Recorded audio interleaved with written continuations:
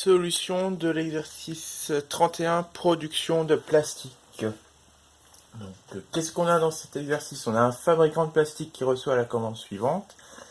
10 000 pièces de type P1, 8 000 pièces de type P2 et 6 000 pièces de type P3 à fabriquer. Et il y a un quatrième type de pièces. Donc 6000 pièces de type P4. Donc il y a 4 types de pièces à fabriquer, avec chaque fois des minima de production. Et on a 3 machines ABC. Et donc chacune des machines peut être capable de fabriquer ces 4 types de pièces. Pour traiter cette commande, on dispose au plus de 50 heures sur chacune des 3 machines ABC. Donc on a 3 machines ABC. Et on peut utiliser au maximum 50 heures, 50 heures, 50 heures et 50 heures sur C. Qu'est-ce qu'on a d'autre? On a ces machines ont des coûts de fonctionnement respectifs de 30, 50 et 80 euros par heure. Donc ici ça donne 30. Donc ici je prends des notes un peu générales pour bien appréhender l'exercice, pour bien voir ce qu'on nous demande, pour bien connaître le problème. Donc on a des coûts de fonctionnement, machine A 30 euros par heure, machine B 50 euros par heure et machine C 80 euros par heure. On souhaite trouver le plan de production de coût minimal, sachant que la productivité des machines exprimée en nombre de pièces par heure pour les différents types de pièces est donnée dans le tableau suivant. Donc ici on a le tableau de productivité, donc il faut bien lire ça.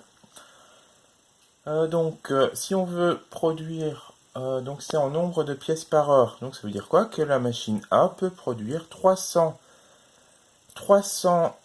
pièces de type 1 par heure. Machine B peut produire par exemple 350 pièces de type 3 par heure. Ok. Et donc, 31, question 31.1 qui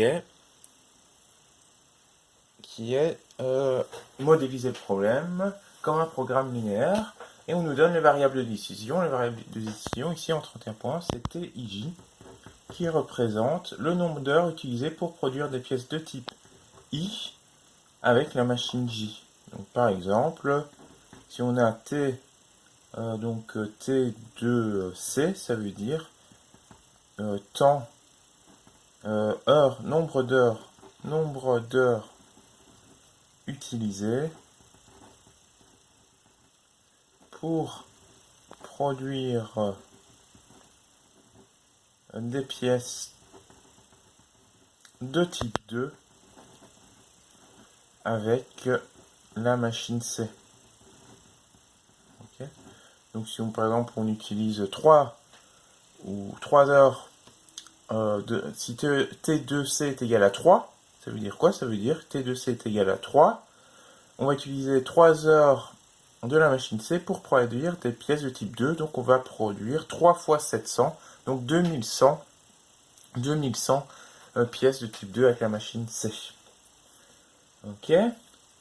Et donc il faut modéliser ce problème sous forme d'un programme linéaire. Donc qu'est-ce qu'on a? Notre fonction objectif. Fonction objectif.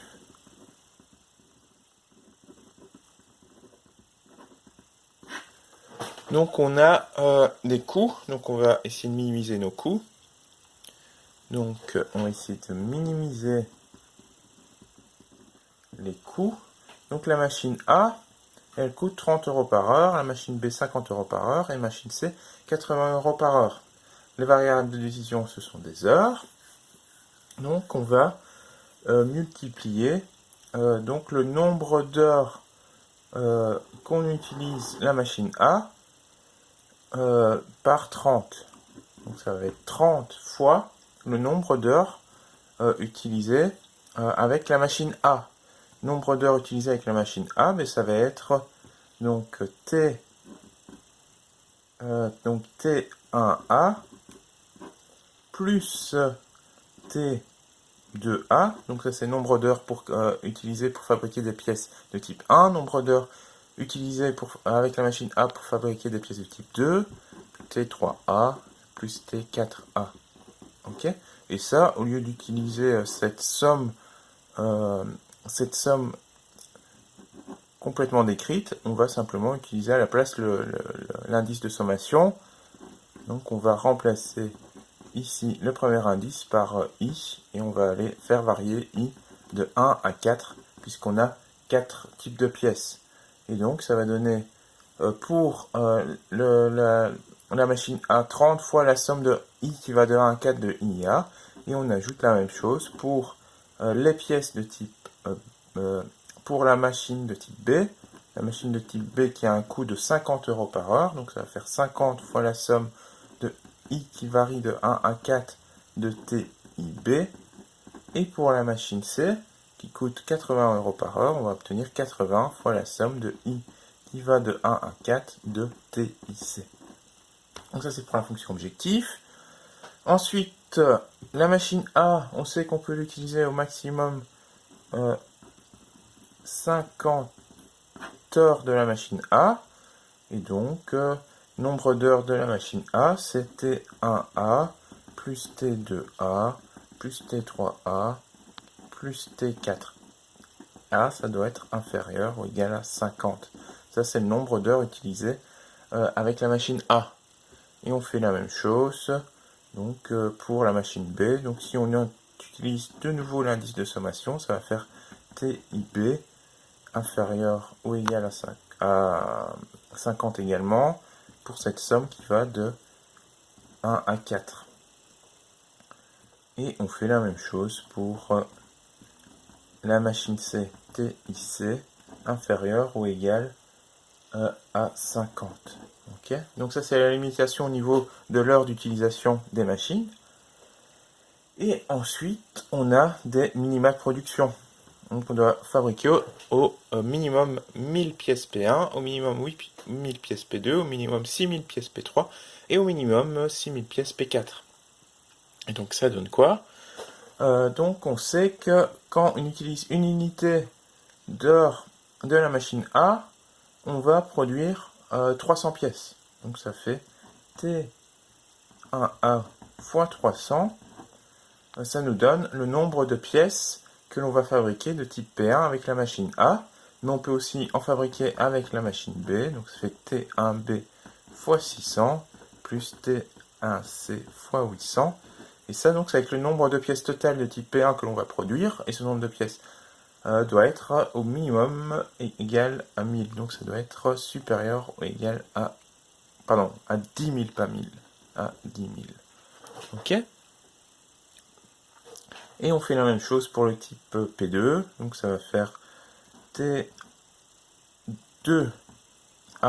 fois 250 plus T2B fois 400 plus T2C fois 700. Ça doit être supérieur ou égal à 8000. On doit produire au minimum 8000 pièces de type P2. P3, ça fait T3A fois 200, plus T3B fois 350, plus T3C fois 600, ça doit être supérieur ou égal à 6000. Et enfin, T pour le type de pièce 4, T4A fois 100, plus T, pardon, ici c'était 2, plus T2B fois 200, plus T, non, là c'était bien 3, pardon. Donc là c'est bien 1, ça c'est type 1, la type 2, type 3, ici c'est le type 4. Donc ça donne plus T4A fois 100, plus T4B fois 200, plus T4C fois 300, ça doit être supérieur ou égal à 6000. Ok. Donc ça c'est nos contraintes principales. Et on ajoute le fait que toutes nos variables de décision doivent être positives. Et donc on peut indiquer ça sous cette forme-là. TIJ doit être supérieur ou égal à 0, quel que soit I appartenant aux entiers 1, 2, 3, 4, et quel que soit J appartenant aux lettres majuscules A, B, C. Okay. Donc ça c'est une première forme de modélisation. Petite remarque, si on a mis supérieur ou égal, mais on aurait pu remplacer ça par un égal, puisque on nous demande d'en produire 10 000, donc on pourrait ici aussi utiliser l'égalité à la place du supérieur ou égal. Donc ça c'est pour le 31.1. Et 31.2, c'est une variante de modélisation. Donc 31.2. Ici, on a une autre formulation. Autre formulation où on va maintenant utiliser d'autres variables. Les autres variables qu'on va utiliser, c'est donc la quantité de pièces PI produite avec la machine J. Donc on a des variables PI, PIJ. Donc on a des variables PIJ, petit p PIJ, et qui est la quantité de pièces. Quantité donc de pièces de type PI produites avec la machine J. Ok. Donc I, il appartient, comme on a 4 types de pièces, aux entiers 1, 2, 3, 4. Et J, comme on a 3 types de machines qu'on a appelées A, B, C, J appartient aux lettres majuscules A, B, C. Ok. Donc maintenant, comment on va utiliser ces variables pour modéliser le problème? Il y a donc là la fonction, on a la fonction objectif à modéliser et nos contraintes. Fonction objectif et nos contraintes. Donc il y a une contrainte qui est maintenant plus facile à modéliser, c'est les minima de production. Puisque ici, PJ, ça représente les quantités de pièces directement. Et donc on sait qu'on doit produire au minimum 10 000 pièces de type A. Donc ça va faire P1A plus donc pardon, P1A plus P1B, donc plus P1C, ça doit être au minimum égal à 10 000. Ok, donc ici on a la quantité de pièces de type A, quantité de pièces de type 1 produite par la machine A, quantité de pièces de type 1 produite par la machine B, et quantité de pièces de type 1 produite par la machine C. Et donc ici on a la quantité totale de pièces qui vont être produites de type 1, et cette quantité totale doit être supérieure ou égale à 10 000, et on fait la même chose pour le type 2, le type 3 et le type 4. Okay.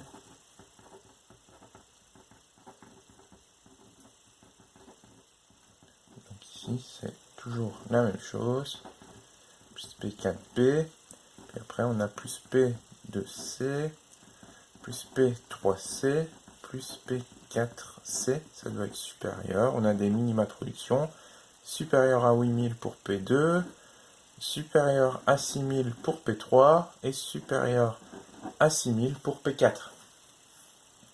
Ok. Ensuite, on a les contraintes au niveau du temps d'utilisation des machines.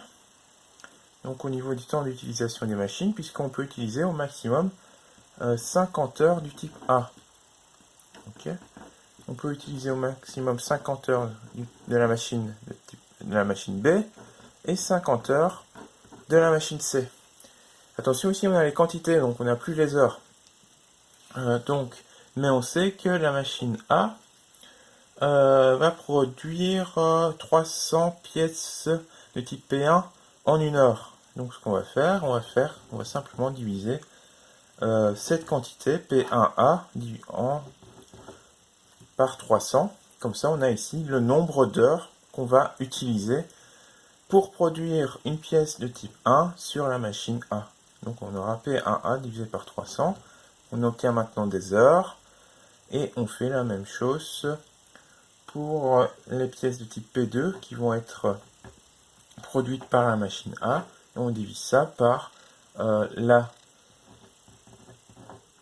le nombre de pièces par heure qui est ici de 250 pour la machine A pour la production de pièces de type 2. donc P2A, plus P3A divisé par 200, plus P4A divisé par 100. Ça doit être inférieur à 50, cette somme. Et on fait la même chose pour la machine B. Donc ici, on va avoir P1B divisé par 600, plus P2B divisé par 400, plus P3B divisé par 350, plus P4B divisé par 700, pardon, divisé par 200. Et enfin, pour la machine C, ça donne P1C divisé par 800, plus P2C divisé par 700, plus P3C divisé par 600, plus P4C divisé par 300. Okay. Ça doit être inférieur à 50.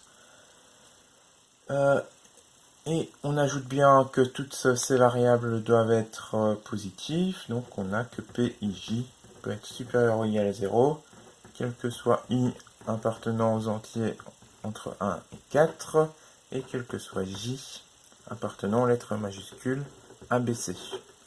On a oublié de modéliser la fonction objectif, donc la fonction objectif, on a ici un problème toujours de minimisation, donc on va chercher à minimiser.